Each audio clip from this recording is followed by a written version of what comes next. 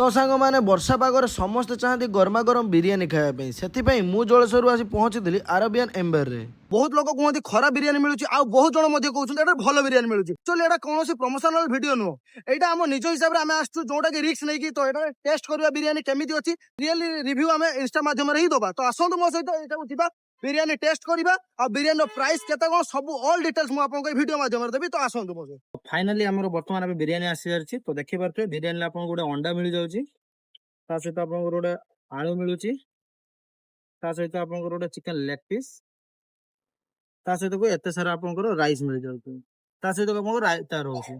तो चलतु बर्तमान आम टेस्ट करवा, टेस्ट केमी अच्छे आपको मुझे पूरा फुल्ली ए वीडियो माध्यम ही कहूँ।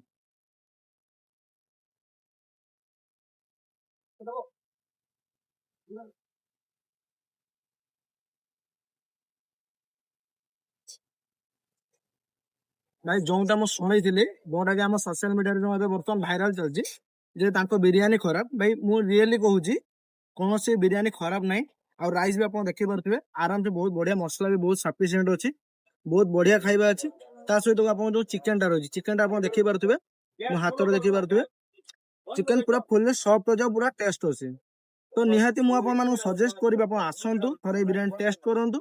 यार प्राइस मात्र 150 अच्छी, जोटा 140 टकर आप बिरियानी पाई पारे और चाहिए आप एक्सट्रा राइस नहीं पारे। तो चलतु देखा नेक्स्ट वीडियो रे।